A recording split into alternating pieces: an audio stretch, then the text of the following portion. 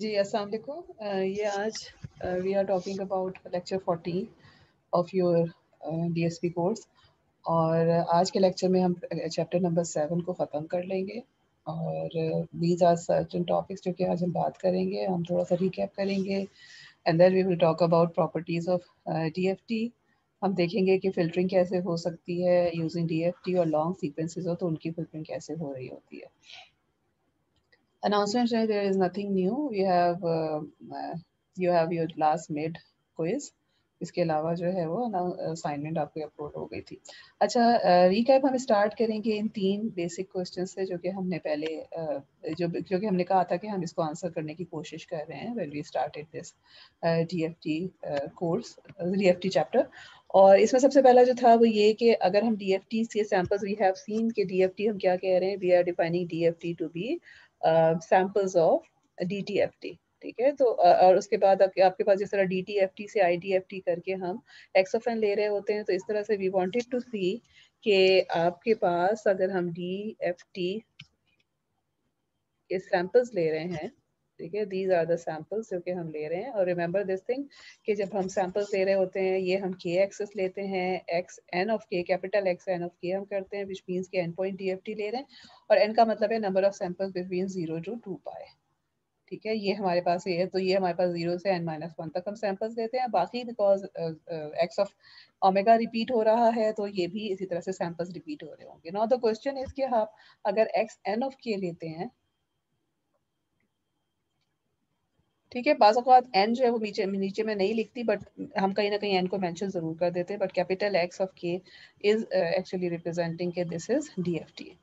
तो अगर हम इसका IDFT लेते हैं, then are we getting x of n? So no, we are actually getting xp of n, which is the periodic copy of x of n. जो भी हमारे पास x of n था, if this was x of n, तो इसकी copy बनेगी हर n के ऊपर। ठीक है, जो भी हमने n रखा हुआ था। So remember this thing कि ये जो n है, ठीक है, n is the number of samples for DFT, and n is the point where the copies are made for IDFT in case of XP of n. तो n is important in both the cases। और हमारे पास जो है DFT और IDFT के लिए same n हम use कर रहे होते हैं। ठीक है, so this is XP of n जब हम टाइम में जा रहे होते हैं। सो हमारे पास जो है वो एग्जैक्टली हमें x of n नहीं मिल रहा होता, लेकिन अगर हम सेंटर कॉपी के ऊपर सिर्फ नजर रखें, तो अगर इसमें कोई ओवरलैपिंग नहीं हो रही है फ्रॉम द अदर कॉपीज, तो इस केस में हमें ये एक्स ऑफ एन के इक्वल मिलता है। तो हम ये कह सकते हैं कि हमें मिल सकता है, बट नॉट एग्जैक्टली मिल रहा है। सेकंड क्वेश्चन इज कि अच्छा, सैंपल्स एन कितना रखना चाहिए? ठीक है, so what we saw was कि n should be greater than और equal to l in order to get perfect reconstruction from xp of n। क्योंकि अब हमें नजर आ रहा है कि अगर इक्वल टू l भी हो जाएगा, तो इसका मतलब है कि रिपीटेशन यहाँ से स्टार्ट हो गया। l क्या है? l is the length of sequence x of n। जैसे फॉर एग्जांपल, जो मेरी एग्जांपल यहाँ पे रखी हुई है, इसमें l इज 4, तो n should B l is 4 तो n should be greater than और इक्वल टू 4। अगर इक्वल टू 4 हो जाएगा, तो इसका मतलब है कि कॉपी बिल्कुल 7 से स्टार्ट हो जाएगी, लेकिन but it is still okay because ये ओवरलैप नहीं हो रहा होगा। लेकिन अगर n लेस देन l हो जाएगा, तो इसका क्या मतलब होगा कि कॉपी जो होगी वो यहाँ कहीं से स्टार्ट हो जाएगी, ओवरलैप होना शुरू हो जाएगा। इसका मतलब है कि अगर मैं सेंटर कॉपी ले भी रही हूँ, तो ओवरलैप की वजह से जो है मुझे सही एक्स ऑफ एन वापस नहीं मिल रहा होगा। So we never want it to be less than L. हम इक्वल टू एल रखते हैं at the least, but we want to have it more than L also, because जितना ज्यादा हम एल रखेंगे, उतना ज्यादा इसका क्या मतलब है कि एन जितना बड़ा होगा, उसका मतलब है कि इतने सैंपल्स हम ज्यादा यहाँ ले रहे होंगे, विच मीन्स कि हमारे पास जो x of n k है, it would be representing x of omega more better अगर हम ज़्यादा सैंपल्स ले रहे हैं। ठीक है, लेकिन ये कि हमने ये देखा हुआ है कि आपके पास जो टाइम है उसमें मतलब n जो है, it matters both in time and in DFT board, in DFT domain। तो इसलिए अगर हम ज़्यादा n को रखना चाहते हैं ग्रेटर देन l, तो उस केस में हम क्या करते हैं, हम x of n जो है, जिस तरह फॉर एग्जांपल लेट मी सी के से कि यहाँ पे मेरे पास x of l जो है वो ये है, x of n ये है। ठीक है, अब इसके तो 4 है ना पॉइंट्स। अगर मैं 8 रखना चाहती हूँ, तो मैं x of n को क्या कर लूंगी, I will actually take x of n to be 4 के बजाय 8 सैंपल्स। और उस 8 का क्या मतलब है, मैं 0 पे एडिंग कर रही हूँ, 4 zeros इसमें ऐड कर रही हूँ, एंड विच मीन्स कि आपके पास जो कॉपीज हैं वो अब 8 के ऊपर बनना शुरू हो जाएंगी और 0 से 7 तक को आप एक्सट्रैक्ट कर सकते हैं। There is nothing wrong with it, आप ये करके अगर देखें तो you will still be getting the non zero form में, तो आपको सिर्फ यही मिल रहा होगा ना, तो इसका मतलब एक्स ऑफ एन ही आपको वापस मिल रहा है जब आप सेंटर कॉपी उठा रहे हैं तो, but it is giving us a better picture in the time domain, in the DFT domain. अच्छा, इसके बाद third question was can we implement discrete time system using DFT? तो yes, but there is again a limitation, क्योंकि हमने ये देखा था कि हमारे पास yn of k जो है that is equal to hn of k, ये हमारे पास कॉन्वोल्यूशन की प्रॉपर्टी है, ठीक है, hn of k multiplied by xn of k, ठीक है, और जब हम इसका जाहिर है IDFT लेंगे तो हमें y of n मिल जाएगा, लेकिन this y of n is x of n का सर्कुलर कॉन्वोल्यूशन है। सर्कुलर कॉन्वोल्यूशन का ये साइन होता है, एक सर्कल के अंदर हम n लिख देते हैं h of n के साथ, ठीक है। तो सर्कुलर कॉन्वोल्यूशन है, तो इसका मतलब है कि अगर जहाँ पे भी सर्कुलर की बात आती है तो हमें ये डर होता है कि there can be some time aliasing, कि टाइम में जो कॉपीज हैं वो क्लोज क्लोज बनना शुरू हो जाती हैं। So what we actually saw was कि इन ऑर्डर टू, और हमारे पास देखें एंड रिजल्ट जो है, एंड हमारे पास कंक्लूजन या हमारा जो एंड रिजल्ट है वो ये है कि हम सर्कुलर कॉन्वोल्यूशन तो नहीं चाह रहे होते, हम लीनियर कॉन्वोल्यूशन चाह रहे होते हैं, जो कि हम शुरू से करते आ रहे हैं। तो सबसे पहले जो चीज़ है वो ये कि सर्कुलर कॉन्वोल्यूशन को लीनियर कॉन्वोल्यूशन यानी सर्कुलर कॉन्वोल्यूशन से लीनियर कॉन्वोल्यूशन का रिजल्ट लेने के लिए हमें n जो रखना है, टू स्टार्ट विद हम n को हमेशा इक्वल टू रखेंगे length of x plus length of h minus 1, यानी जो भी दो सीक्वेंसेस आप हैं जिनका आप कॉन्वोल्यूशन ले रहे हैं, जिनका डीएफटी लेके डीएफटी के थ्रू उनको सॉल्व करना चाह रहे हैं, तो उनकी लेंथ जो है, अगर मैं इसको m कह देती हूँ, अगले को l कह देती हूँ, तो m प्लस l माइनस 1 हम रखेंगे। इस केस में भी इंश्योर कि हमारे पास जो सर्कुलर कॉन्वोल्यूशन का रिजल्ट है वो लीनियर कॉन्वोल्यूशन के रिजल्ट के इक्वल आएगा, जो कि डिजायरेबल रिजल्ट होता है फॉर एलडीआई सिस्टम। अच्छा, सर्कुलर कॉन्वोल्यूशन itself हो कैसी रही होती है? There are two things which are important, circular shift and circular time reversal. Circular shift के लिए जो है, I have actually done a lot of examples पिछले लेक्चर में, तो मैं उसको रिपीट नहीं करूंगी। I will just talk about some notation जो कि मैंने लास्ट टाइम किया था, उसको दोबारा से रिवाइज करने के लिए। अगर लेट्स सपोज कि मैं ये कहती हूँ कि सर्कुलर शिफ्ट के बाद जो मेरे पास सिग्नल आ रहा है वो एक्सपांड ऑफ एन है, तो हम लिखते कैसे हैं? बिकॉज ऑफ द रीजन कि हम सर्कुलर की बात कर रहे हैं, तो we write it as x of n minus k is the k is actually the वो है शिफ्ट है, ठीक है, बेस n, ठीक है। सो दिस इज टेलिंग कि सर्कुलरली शिफ्ट कर रहे हैं हम by k amount for the case when DFT and IDFT was n point long, और this is actually the saying as XP जो पीरियोडिक मेरे पास सिग्नल था, P वाला जो यानी पीरियोडिक, मैं इसको अगर मैं आपको ये कहती हूँ कि ये शिफ्ट आपने मुझे करके दिखाना है, तो आप क्या करेंगे, जो x ऑफ n था ना उसकी पीरियोडिक कॉपी बनाएंगे और उस कॉपी को L शिफ्ट कर देंगे। तो उसका इफेक्ट सिर्फ और सिर्फ क्या होता है, अगर आप खाली x को करते हैं और xp को करते हैं, ठीक है, x ऑफ n माइनस के और xp ऑफ n माइनस के में क्या डिफरेंस है, कि अगर आपके पास x इस तरह से है और x ऑफ n से मैं x ऑफ n माइनस 2 कर देती हूँ, ठीक है, तो इसका मतलब है ये जीरो वाला जो है वो 2 पे चला जाएगा और पीछे से जीरोस आ रहे हैं, ठीक है, बिकॉज पीछे तो कुछ है नहीं। लेकिन अगर मेरे पास ये XP है, ठीक है, और लेट्स सपोज के N4 था, तो ये साथ साथ कॉपीज बन रही हैं इस तरह से करके। तो जब मैं इसमें करती हूँ डिले, तो मुझे पीछे से जो है वो नॉन जीरो वैल्यूज आना शुरू हो जाती हैं। सो this is different from linear shift, इसको सर्कुलर शिफ्ट कह रहे होते हैं। और ये चीज हमने देखी थी कि सर्कल में अगर आप इसको लिख लें ना, या तो आप ऐसे लिख सकते हैं कि आप एक स्ट्रेट लाइन में एटलीस्ट 3 कॉपीज बनाएं और उनको शिफ्ट करके देख लें, that is one of the ways. दूसरा तरीका क्या हो सकता है कि आप जो है वो सर्कल में इस 4 पॉइंट्स को खाली लिखें और फिर सर्कल में जो है वो उसको शिफ्ट करवा के देखें, जो कि मैंने अगेन एक्सप्लेन किया था। और तीसरा तरीका ये हो सकता है कि फॉर्मूला जो इसका है वो उससे आप फाइंड आउट करें, ठीक है। और फॉर्मूला क्या है कि हमारे पास this was actually equal to x of n minus k modulo n, ठीक है, विच मीन्स के x minus K X of N minus X minus K जो कुछ भी बन रहा है उसको आपने एन से डिवाइड करना है और जो भी रिमाइंडर है वो आपने लेना है। ठीक है, so this is actually sorry, हाँ x बाहर आना चाहिए। ठीक है, so this is actually x minus के का मॉड्यूलो एन, x माइनस के आपने लेना है, उसको मॉड्यूलो एन करके जो x की वैल्यू आ रही है that is x prime of N.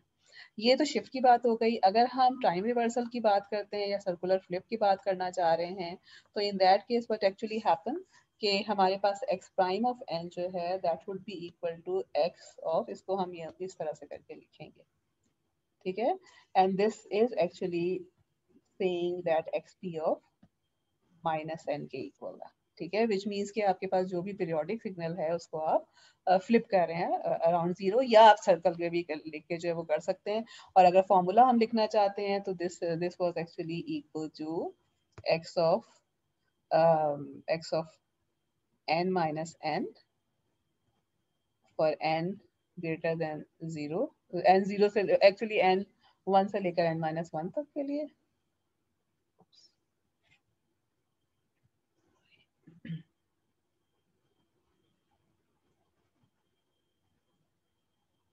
इधर स्मॉल n है वन से लेकर n माइनस वन तक, और it is equal to x of zero for n equal to zero. Zero वाला नहीं चेंज होता, उसके इर्द गिर्द फ्लिप हो जाता है। ठीक है, so what we actually saw कि हम इन तीनों क्वेश्चंस को आंसर कर चुके हैं। Now let's move towards certain properties of DFT, और उसके बाद जो है वो हम एक एग्जांपल थोड़ी सी और चीज करके जो इसको फिनिश कर देंगे। कॉन्वोल्यूशन की प्रॉपर्टी हम ऑलरेडी डिटेल में देख चुके हैं। अब ये वाली जो एग्जांपल है जो कि मैंने आपको लास्ट लेक्चर में करवाई थी थ्रू यूजिंग सर्कल के ऊपर लगा के, और ये बताया था कि सर्कुलर कॉन्वोल्यूशन से इन दोनों सीक्वेंसेस का रिजल्ट क्या आ रहा होगा।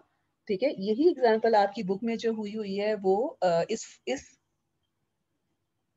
प्रॉपर्टी को यूज करते हुए। ठीक है, कि first of all what we are trying to say see is कि अगर हम मतलब या तो ये कि हम डायरेक्टली इसका सर्कुलर कॉन्वोल्यूशन ले रहे हैं ना, and then we talk 4 point. ठीक है, विच मीन्स कि हमें पता है कि यहाँ पर एलियसिंग टाइम एलियसिंग हो रही होगी, क्योंकि अभी हमने क्या बात की थी कि अगर मैं जो हूँ टाइम एलियसिंग को अवॉइड करना चाहती हूँ तो मेरे पास n क्या होना चाहिए, n should be equal to length of x of one which is 4। ठीक है, at least plus length of x of two which is again 4 minus one, तो एटलीस्ट 7 होना चाहिए। लेकिन हमने क्या किया, हमने कहा कि नहीं जी हम 4 पॉइंट ले लेते हैं जितने की किसी भी एक सिग्नल की लेंथ है। ठीक है, और उससे हम करना शुरू करते हैं। तो यहाँ पर हम ये देखेंगे कि जो रिजल्ट हमें लास्ट टाइम नजर आया था कि x3 मैंने यहाँ लिखा है जो कि हमने वायर रखा था, इट डजंट मैटर, लेकिन ये कि मतलब इन दोनों को कन्वॉल्व करके जो रिजल्ट आता है तो हमारे पास 4 पॉइंट में ये आया था। अब हम ये देखते हैं कि अगर हम इनका डीएफटी लेते हैं और इनको मल्टीप्लाई करते हैं and then we go back and take IDFT, तो फिर भी हमारे पास यही रिजल्ट आता है कि नहीं आता। ठीक है, so this is actually a very simple example. हमने क्या किया, x1 ऑफ n लिया और उसका 4 पॉइंट डीएफटी कैलकुलेट किया। ठीक है, सिंपल फॉर्मूला, और ये मैं बहुत दफा फॉर्मूला क्योंकि यूज कर चुकी हूँ, मैं बार बार जो है इसको दोबारा से नहीं वो करूंगी। But what we are doing is कि x1 ऑफ के हम x1 ऑफ n का डीएफटी ले रहे हैं। सिंपल फॉर्मूला मैंने लगाया है, 4 पॉइंट है तो इसलिए समेशन जो है वो 0 से थ्रू तक जा रही है। 2 पाई के n बाय कैपिटल n होता है, कैपिटल N इज 4, तो ये डिवाइडेड बाय 4 हो गया। ठीक है, और यहाँ से जो है वो फिर हमारे पास ये फॉर्मूला आ जाएगा, और यहाँ से x1 ऑफ 0 मतलब 4 पॉइंट्स मेरे पास यहाँ पर आ गए। ठीक है, अच्छा दूसरी चीज जो है, अब मेरे पास जो x2 ऑफ n है उसका भी मुझे इसी तरह से डीएफटी लेना होगा। ठीक है, कि आपके पास अगेन x2 ऑफ n मैंने लगाया है और उसके बाद उसकी वैल्यूज लगाई हैं और उसको कंप्यूट कर दिया। अच्छा एक चीज आपने याद रखनी है वो ये कि जब मैं n अगर बढ़ा रही हूँ ना, तो इसका मतलब क्या है कि जाहिर है अगर मैं 7 पॉइंट ले रही हूँ तो I will have to pad zeros in x1 and x2 both. यानी इस केस में मैं इसको x1 को मैं क्या कर दूंगी, अगर जब हमने इसको लीनियर कॉन्वोल्यूशन हम यानी अवॉइड करना चाहते हैं टाइम एलियसिंग। ठीक है, तो उस केस में जो है वो दोनों में हमें जीरो पैडिंग करनी होगी। लेकिन फिलहाल क्योंकि हमने n को 4 ही रखा हुआ है तो हम जो है वो 4 पॉइंट्स ले रहे हैं। द पॉइंट इज के x1 ऑफ n और x2 ऑफ n अगर इनकी लेंथ डिफरेंट भी है ना, तो आपने जो n पॉइंट डीएफटी लेना है उसमें सेम लेंथ लेनी है। तो फर्ज करें कि एक का जो था वो नंबर ऑफ सैंपल्स 2 थे, दूसरे के नंबर ऑफ सैंपल्स 5 थे, तो आपने एटलीस्ट उस 2 को 5 करना ही करना है बाय एडिंग 3 जीरोस। ठीक है। But in order to avoid aliasing, आप 2 + 5 - 1, इसका मतलब है कि आप उसको दोनों को 6 करेंगे, तो एक में एक जीरो ऐड करेंगे, दूसरे में 4 zeros ऐड करेंगे। बट द पॉइंट इज कि दोनों की लेंथ सेम होना चाहिए, बिकॉज ऑफ द रीजन कि हम इसको मल्टीप्लाई कर रहे हैं इन DFT डोमेन। तो आपके पास लेंथ सेम होगी तो आप सैंपल बाय सैंपल इसको मल्टीप्लाई करेंगे ना। ठीक है, अब आप देखें कि ये जो x3 of k है वो हमारे पास कैसे आ गया, हमने सिंपल इसको मल्टीप्लाई किया। 6 × 100, 10 is 60।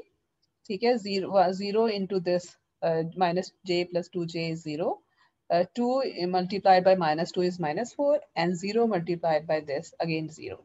तो इसका मतलब क्या है कि अब मेरे पास ये x3 of k आ गया है। इस x3 of k का जब मैं IDFT लेती हूँ तो अगेन IDFT का मैंने फॉर्मूला लगाया है, और जब मैंने लिया है तो यहाँ पे 1/4 भी आना चाहिए था। ठीक है, मुझे लगता है आपकी बुक पे थोड़ी सी गलती है। तो एनीवे 1/n होता है क्योंकि फॉर्मूले में, तो ये फॉर्मूला आ गया, और जब मैं इसको n को 0 से लेकर 3 तक चेंज करूंगी तो मेरे पास ये वैल्यूज आ रही है, which is exactly the same जो कि मेरे पास पहले आई थी लास्ट लेक्चर में जो हमने किया था एग्जाम्पल को। सो इट मीन्स के हमारे पास circular convolution we can actually get, we actually not can, we actually get the result of circular convolution whenever we multiply the DFTs of two sequences in time domain, sorry in DFT domain, and then take IDFT।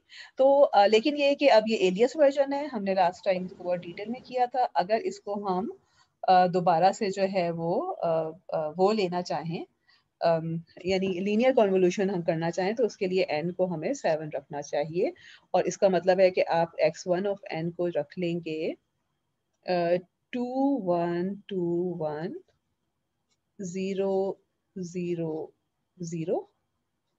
ठीक है, और x2 of n को भी हम रख लेंगे 1 2 3 4 0 0 0। ठीक है, एंड आई वुड सजेस्ट कि आप यही वाली एग्जाम्पल इनकी लेंथ को चेंज करके इसी तरह से DFT कंप्यूट करके इनवर्स लेके करें, बिकॉज देखिए DFT का क्वेश्चन आपके फाइनल में आना ही आना है, because I am not judging you, I am not actually giving you any questions for DFT in any of the quizzes.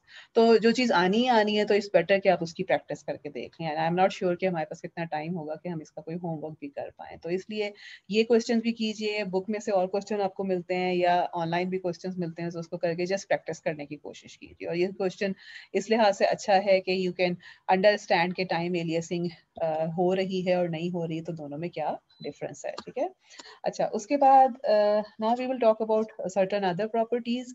एक तो ये चीज वी ऑलरेडी एक्चुअली नो कि आपके पास x of n जो है, देखें x of k क्या है, x of k is samples of these. अब क्योंकि ये पीरियोडिक हैं जिनके हम सैंपल्स ले रहे हैं, ठीक है, तो इसका मतलब है कि x of k भी पीरियोडिक होगा। ठीक है, बिकॉज जो जितना रिपीट हो रहा है 0 से 2π तक, यानी 0 से n तक n-1 तक, वही आगे रिपीट होगा n से लेकर टू n-1 तक, एंड सो फोर्थ। ठीक है, एंड सिमिलरली और टाइम में तो हमने ऑलरेडी देख लिया है कि जब हमारे पास इसका इन्वर्स हम ले रहे होते हैं तो हमारा x जो होता है वो रिपीटेड आ रहा होता है, तो इसका मतलब है कि IDFT से जो हमें चीज मिल रही होती है वो रिपीटेशन के साथ मिल रही होती है, and that they are periodic. और प्रूव हम कैसे कर सकते हैं, this is very easy to prove because of the factor जो कि एक्सपोनेंशियल का फैक्टर दोनों में आ रहा है ना। एंड वी नो कि जब भी आपके पास एक्सपोनेंशियल आ जाता है 2π kn/n, ठीक है, और इसके बाद n को मैं n प्लस माइनस आ जाए या प्लस आ जाए डजंट मैटर, लेकिन आप n को मैं रिप्लेस कर दूं n+n के साथ, और k बाहर आ जाता है और n आ जाता है, तो it will be split into ej 2π kn/n into ej 2π kn/n। ये कैंसिल हो जाएगा and this will always be equal to 1। अगर माइनस होगा तब भी ये 1 हो जाएगा, अगर प्लस होगा तब भी ये 1 हो जाएगा। एंड वी नो कि IDFT में प्लस का साइन होता है, DFT में माइनस का साइन होता है, तो इट मीन्स कि बिकॉज ऑफ दिस फैक्टर हम ये प्रूव भी कर सकते हैं कि they are periodic, and we know कि दे शुड बी पीरियोडिक क्योंकि हमें नजर भी आ रहा है। लिनियरिटी की property again just like any other transform, अगर आप के पास टाइम में जो है वो आप लीनियर कॉम्बिनेशन ले रहे हैं दोनों सिग्नल का, तो डीएफटी डोमेन में अगर एंड पॉइंट डीएफटी ले रहे हैं तो you will be getting the linear combination of those two DFTs जो कि हमने लिया हुआ है। टाइम रिवर्सल की प्रॉपर्टी हम अगेन देख चुके हैं। टाइम रिवर्सल की प्रॉपर्टी तो हमने नहीं देखी, हमने ये देखा कि what does it mean by time reversal in time domain. Now what it is telling us is, this property is telling us कि अगर आपने टाइम रिवर्सल या फ्लिप किया है इन टाइम डोमेन सिग्नल को, तो जो डीएफटी होगा वो भी फ्लिप हो जाएगा इन डीएफटी डोमेन। ठीक है, और इसका प्रूफ जो है again this is not very difficult. We actually saw कि हम जो है वो ये डीएफटी एक्स ऑफ, ये जो फ्लिप वर्जन है इसको हम किस तरह लिख सकते हैं, इसको हम लिख सकते हैं x of N minus n which was same for x of 0। ठीक है, और n from 1 to n minus 1 के लिए it was equal to x of n minus n e minus j 2 pi k n over n। ठीक है, जो कि मैंने यहाँ पे लिखा हुआ। अब यहाँ मैंने क्या किया है कि सिर्फ चेंज ऑफ वेरिएबल किया है, m को n माइनस एन से रिप्लेस कर दिया है, तो इसका मतलब क्या हो जाएगा कि n would be equal to n minus m। ठीक है, और when n is 1 m would be equal to n minus 1, and when n is n minus 1 m would be equal to 1। ठीक है, तो समेशन की लिमिट्स तो वही हैं 1 से लेकर, लेकिन आपके पास ये चेंज हो गया। ठीक है, x ऑफ m बन जाएगा ये, और यहाँ पर जो है n माइनस m आ जाएगा। और इसको मैं फर्दर जब एक्सपोनेंशियल को खोलती हूँ तो एक फैक्टर आ जाएगा n माइनस n वाला जो कि 1 हो जाएगा, वो कैंसिल आउट हो जाएगा, और मेरे पास ये वाली चीज आ जाएगी। और मैंने क्या किया है, ये 0 वाली टर्म भी इसमें ऐड कर दी है, because e raised to the power 0 होगा x ऑफ 0, तो that is actually the same thing. ठीक है, okay, and now what is happening, अब मैं इसको एक और छोटी सी ट्रिक कर रही हूँ कि I have summation m from 0 to n minus 1 x of m e j 2 pi k m over n है ना। तो अब मैं इसको किस तरह लिख रही हूँ, मैं इसको लिख रही हूँ समेशन इसी तरह से, मैं इसके लिमिट t लिख रही हूँ because they are the same e। अच्छा, अब k को मैं रिप्लेस कर रही हूँ बाय माइनस n, या आप ये कह लें, okay no let me just, okay, what I am doing is कि I am actually adding another exponential e minus j 2 pi k n over n, not k m n over n।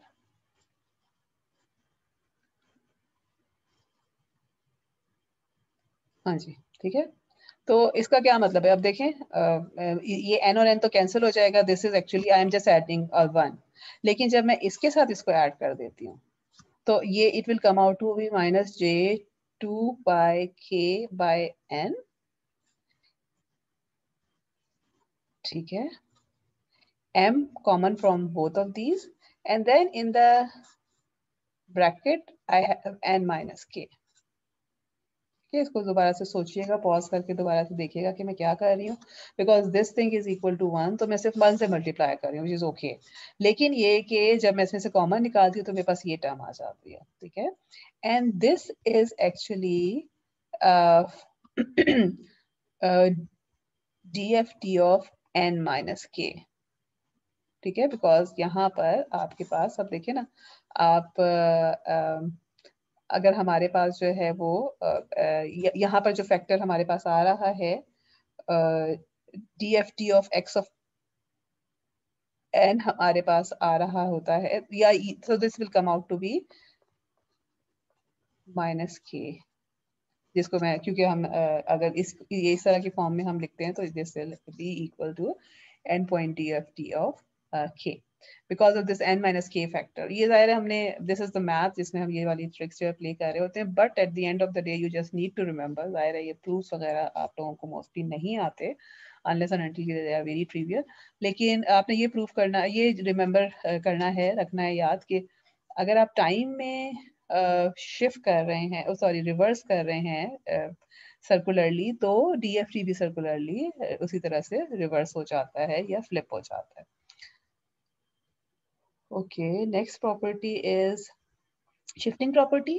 Again, we talked about shifting.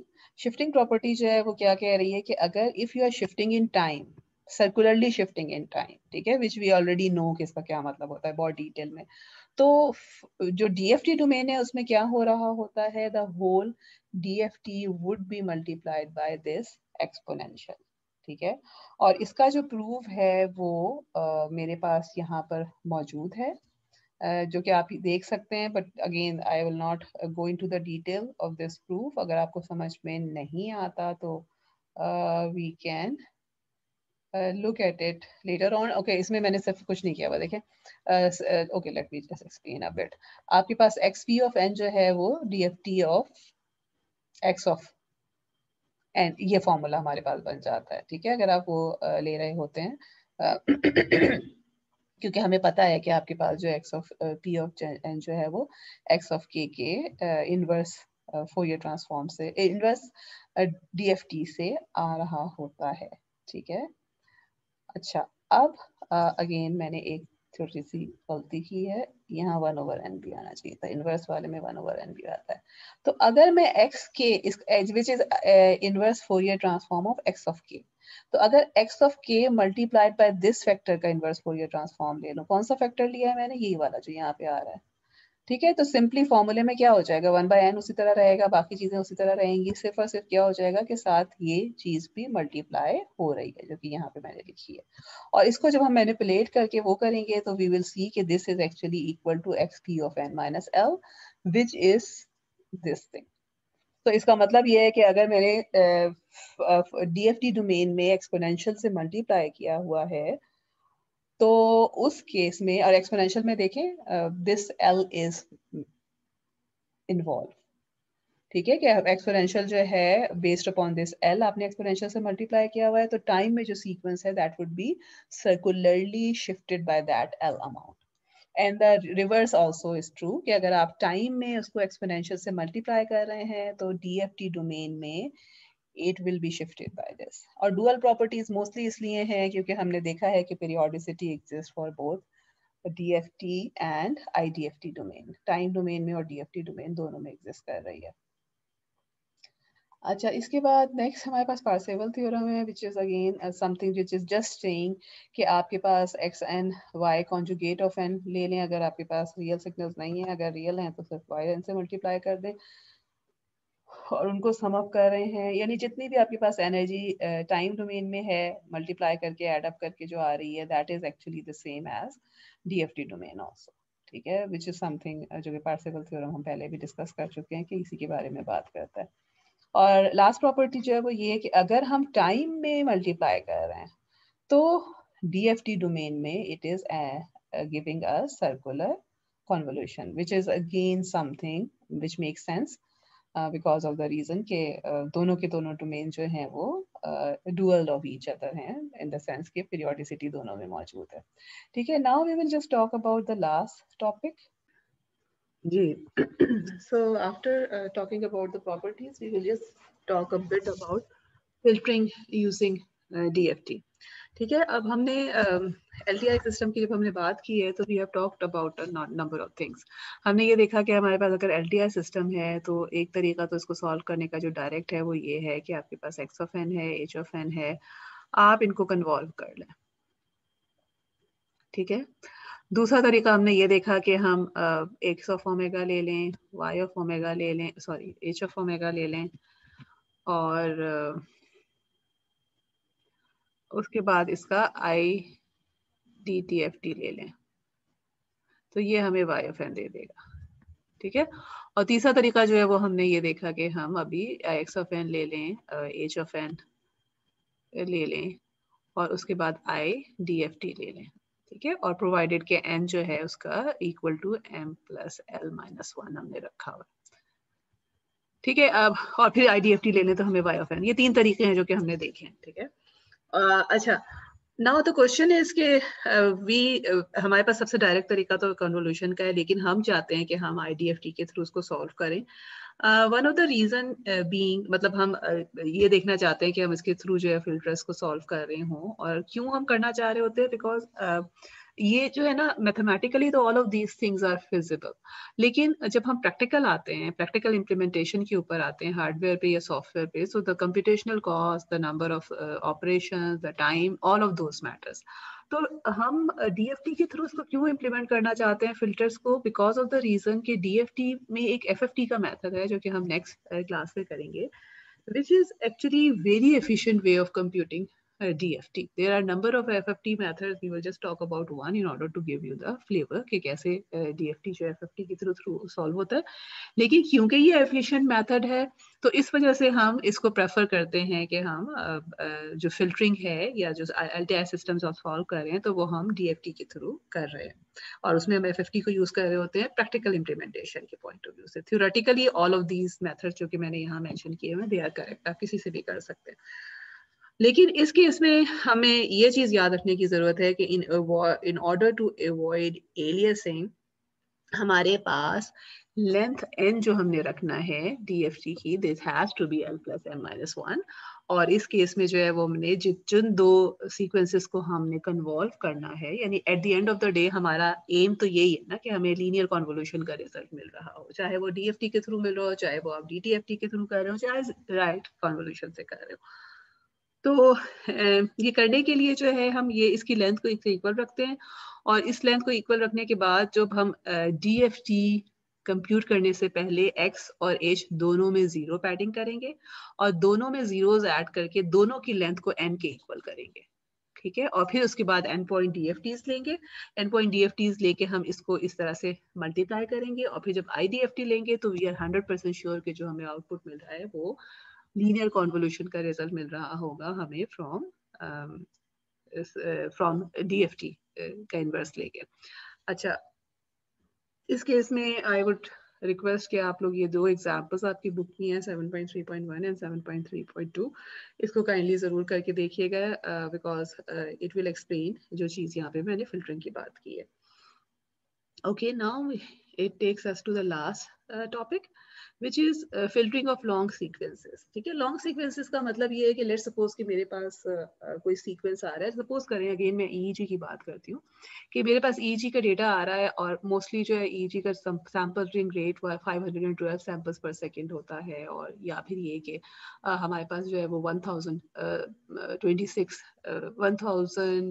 हाँ 512 का क्या हो जाता है 1000 वैरा जो भी double हो जाता है 512 का, तो वो आपके पास जो है वो 1024, हाँ 1024 जो है वो आपके पास सैम्पलिंग रेट हो रहा होता है। तो इसका मतलब है बहुत ज़्यादा डेटा हमारे पास आता चला जा रहा है, और हमारा जो सिस्टम है it may not have that ability to function on that particular amount of data so quickly. So what we actually do in that case is memory भी नहीं है, मे बी प्रोसेसेस जो है वो इतने ज़्यादा मतलब आपके हैंडल नहीं हो सकता डेटा में।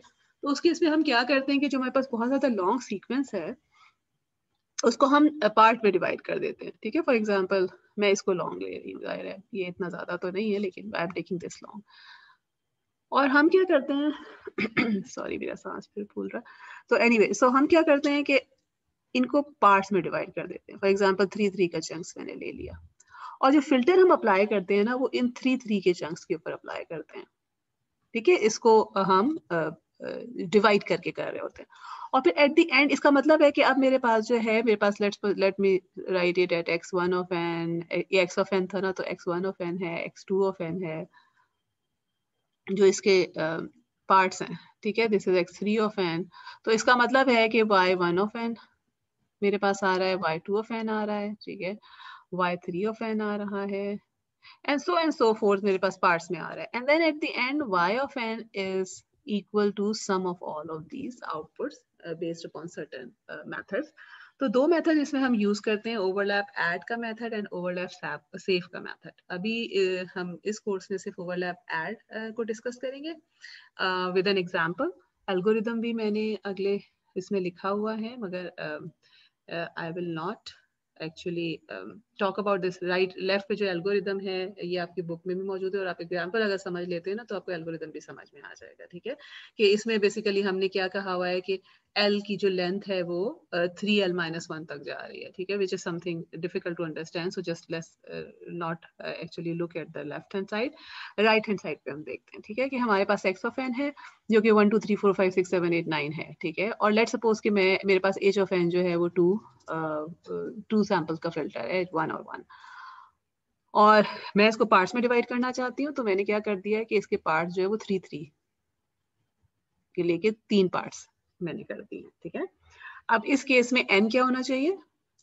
h की जो लेंथ है वो 2 है, जो मैंने इसके सब पार्ट्स लिए हैं वो 3 है, तो इसकी लेंथ क्या हो जाएगी? 3 + 2 - 1 विच इज इक्वल टू 4। ठीक है, तो सबसे पहले मैंने क्या करना है, ये जो मेरे पास 3 पार्ट्स मैंने लिए थे, x1 hat, x2 hat, x3 hat, ये 3 3 के इनको 4 4 करना है, 1 1 zeros इसमें ऐड किया है, और h को भी 4 करना है, बिकॉज वी नो कि all of them has to be length n। ठीक है, जो कि हमारे पास 4 है, तो जीरो पैडिंग हमने करनी है। ठीक है, जीरो पैडिंग करने के बाद जो काम आपने खुद करके देखना है वो ये कि आपने इन चारों सीक्वेंसेस का DFT कंप्यूट करना है। ठीक है, और उसके बाद आपने क्या करना है, आपने y1 of k लेना है by computing h1 hat of k, y1 hat कह लें इसको, चले, multiplied by h of k। ठीक है, y2 hat of k is equal to h2 hat k multiplied by h of k। ठीक है, अलग अलग हम फिल्टर कर रहे हैं ना अप्लाई, और y3 hat of k is equal to h3 hat of k multiplied by h of k। ठीक है, ये हमारे पास आ गया। ये जब आपके पास आ जाता है, वाइज आ जाते हैं, फिर आपने इनका IDFT लेना।